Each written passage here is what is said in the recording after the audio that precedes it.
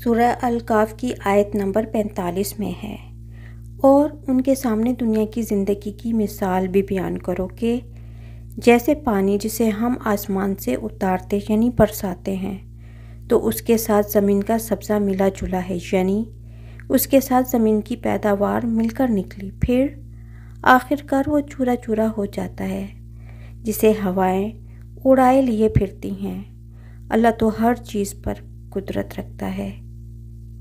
اس آیت میں دنیا کی بے ثباتی اور ناپائیداری کو کھیتی کی مثال کے ذریعے واضح کیا گیا ہے کہ کھیتی میں لگے پودوں اور درختوں پر جب آسمان سے بارش برستی ہے تو پانی سے مل کر کھیتی لہلہا اٹھتی ہے۔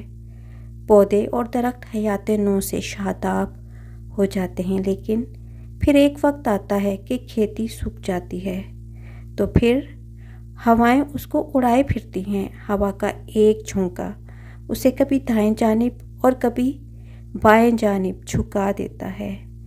دنیا کی زندگی بھی ہوا کے ایک جھونکے یا اس پانی کے بلبلے یا کھیتی ہی کی طرح ہے جو اپنی چند روزہ بہار دکھا کر فنا کے گھاٹ اتر جاتی ہے، اور یہ سارے تصرفات یعنی اختیارات اسی ہستی کے ہاتھ میں ہیں جو ایک ہے اور ہر چیز پر قادر ہے۔